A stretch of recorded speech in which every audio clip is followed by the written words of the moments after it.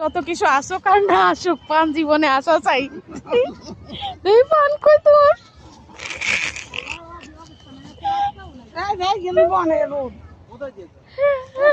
দিয়ে দিছি নতুন ইয়ার করতে আবার কোন রাস্তানে আরেক হেডা বাউন্ডারি এটার ভিতরে যারা ইয়া করে হিয়ারাও কোন ফেলেনে সারে এটা দেখে না। একটা বিরাট একটা মাঠ আছে, যার মা সেদিন গেছি না হিয়ান আমরা।